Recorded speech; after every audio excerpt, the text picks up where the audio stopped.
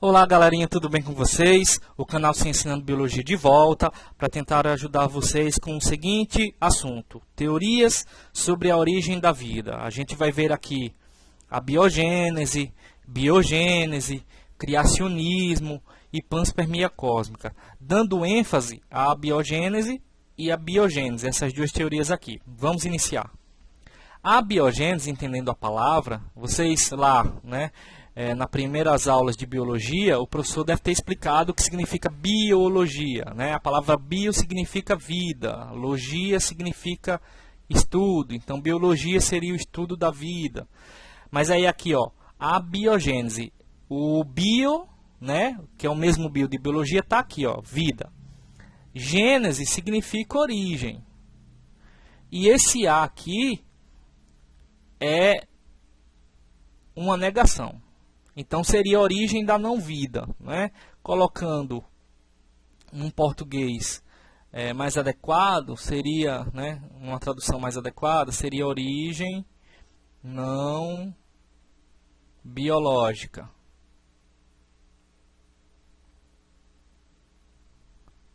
Tá? Ou seja, alguns seres vivos, os menos complexos, os vermes, os micróbios, apesar de que micróbios na época de Aristóteles não eram conhecidos. Assim, Aristóteles acredita, que seres vivos menos complexos, eles são originados, podem ser desenvolvidos a partir da matéria orgânica, ok? Essa matéria orgânica não é o ser vivo, é a matéria orgânica, por exemplo, de um animal morto, o tecido muscular, ou tecido epitelial, as vísceras, aquilo ali, já do animal morto em decomposição, seria capaz de se transformar num ser vivo. Assim, Aristóteles acreditava em dois princípios. Num princípio passivo, que era a matéria orgânica em si, e um princípio ativo, que seria a forma. Esse princípio ativo seria o conjunto de condições que faria com que a matéria se transformasse em ser vivo. Tá ok? Então, Aristóteles acreditava no princípio passivo, que era a matéria, e no princípio ativo, que dava as condições para que a matéria, o princípio passivo, se transformasse em ser vivo. Tá ok? É daí que surge a ideia de abiogênese ou geração espontânea. E essa ideia consegue se sustentar até meados do século XIX. Porém, antes desses meados do século XIX, no século XVII, Francesco Redi, italiano, ele faz uma série de experimentos que comprovam, que já dá a ideia de que seres vivos não se originam de seres mortos ou da matéria orgânica inanimada. Tá ok? O que é que ele propõe? Ele faz o seguinte: ele pega um conjunto de frascos e coloca carne dentro. Esse conjunto de frascos está aberto, permitindo que as moscas tenham livre acesso à carne. Outro conjunto de frascos está fechado, lacrado, de forma que as moscas não conseguem adentrar o frasco. E outras estão fechadas com gaze. E aí as moscas são atraídas pelo cheiro da carne e caminham sobre a gaze. Então o que é que acontece? Tempos depois, Redi percebeu que nos frascos abertos possuíam larvas. Tá? Nos frascos fechados, nenhuma larva caminhava sobre a carne. E nos frascos com gaze, como as moscas andavam sobre a gaze, porque eram atraídas pelo cheiro da carne, surgiam larvas de moscas.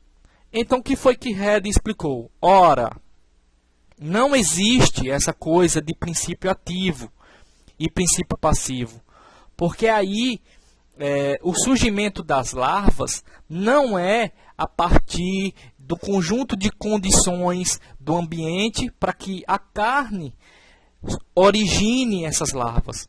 Mas as moscas entram no recipiente, colocam seus ovos, esses ovos eclodem, formando as larvas. Tanto é que onde as moscas conseguem caminhar, onde as moscas têm acesso, surgem larvas. E quando ela não tem acesso à carne, não há larva alguma. Aí ele dá uma tremida na teoria abiogênica, não é? Mas existe um porém. Isso para animais visíveis, né, para seres visíveis como as larvas, tudo bem, foi explicado. Mas e com os micro-organismos, não é? Com seres microscópicos?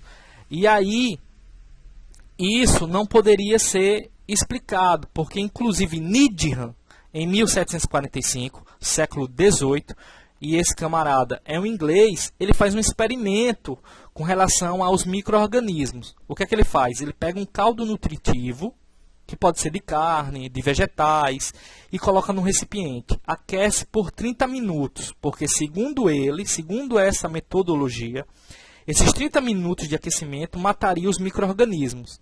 E ele veda o recipiente com a rolha, permitindo que o ar adentre aqui.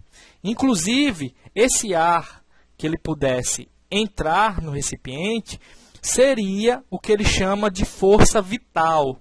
Tá? Essa força vital seria parecida com um princípio ativo de Aristóteles, porque aí ela entra aqui e em conjunto com esse caldo formaria as pequenas vidas que seriam os micro-organismos.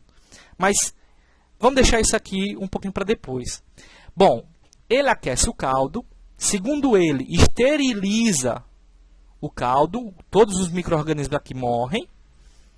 Aí, com o tempo, ele percebe que a solução vai ficando turva, e quando ele verifica no microscópio, ele percebe que há micróbios aqui, micro-organismos. Então, ele diz que para seres microscópicos, existe sim a biogênese, ou seja, esses seres eles se originam da matéria orgânica inanimada.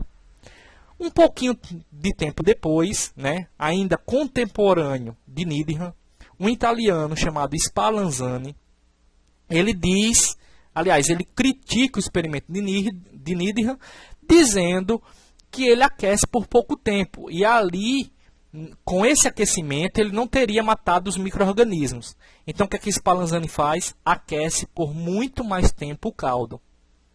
E fecha, veda os seus frascos hermeticamente. O que é isso?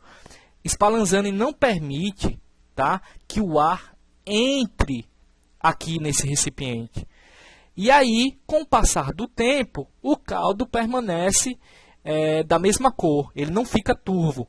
E após ele quebrar o frasco, em poucos dias, esse conteúdo aqui fica turvo. Aí ele explica, né, que, na verdade, os micro-organismos não surgem da matéria inanimada. Mas Needham rebate. E deixa eu só fazer um relevantamento.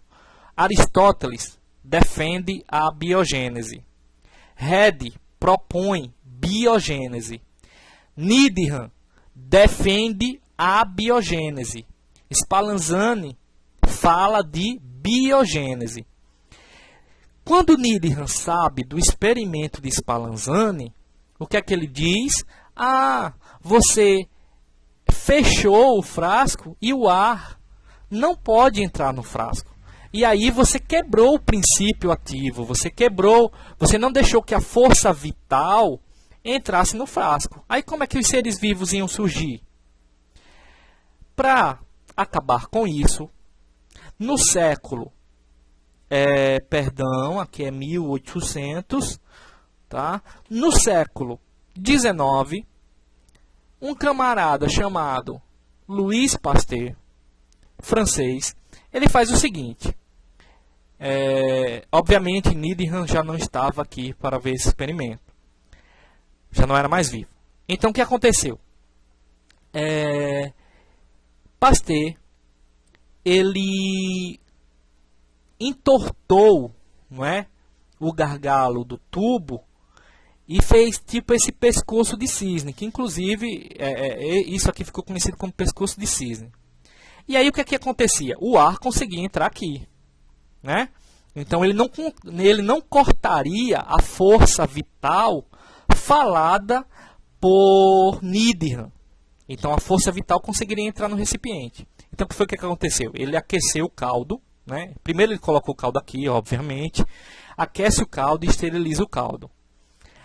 Essa parede torta aqui não funcionava tipo como um filtro para os micro-organismos, porque eles acabavam ficando presos, tá, nessas curvas do gargalo.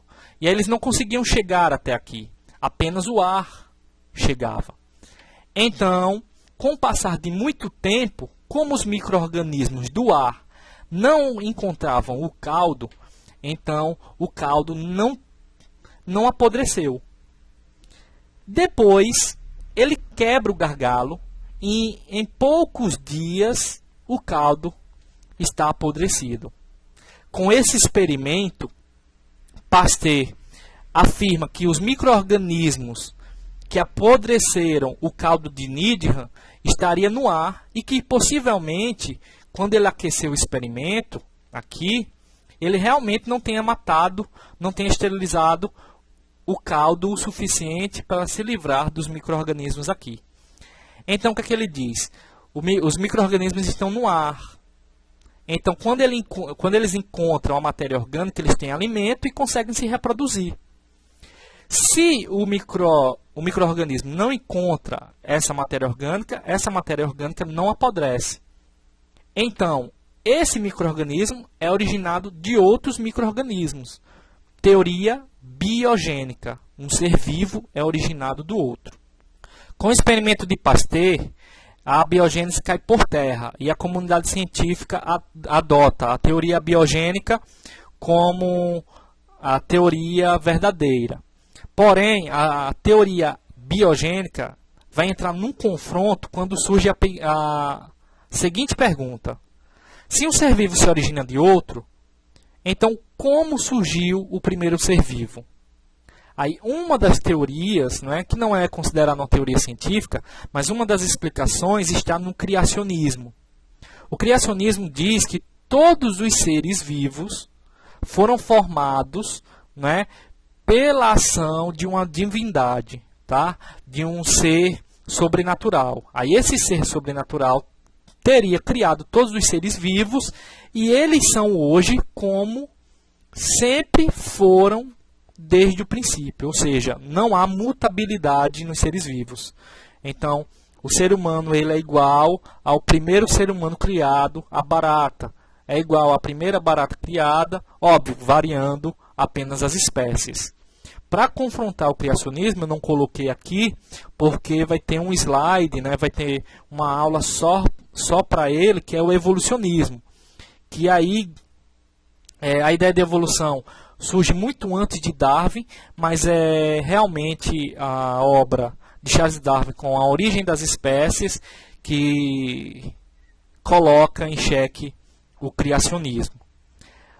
A panspermia cósmica, definida por Arrhenius, fala que a vida da Terra hoje teria surgido do espaço.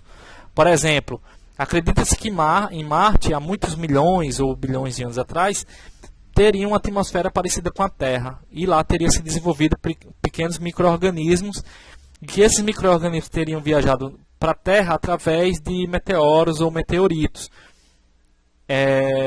Enfim, isso é o que diz a panspermia cósmica, tá? Seria a origem da vida na Terra teria uma origem alienígena, Teria vindo de fora, extraterrestre, tá ok? Bom, gente, a minha aula fica por aqui. Espero que tenha ajudado vocês, esclarecido o suficiente. Qualquer dúvida, coloquem aqui embaixo. Não deixem de comentar, tá ok? Inscrevam-se no canal, porque eu preciso muito de vocês. Um grande abraço e até a próxima.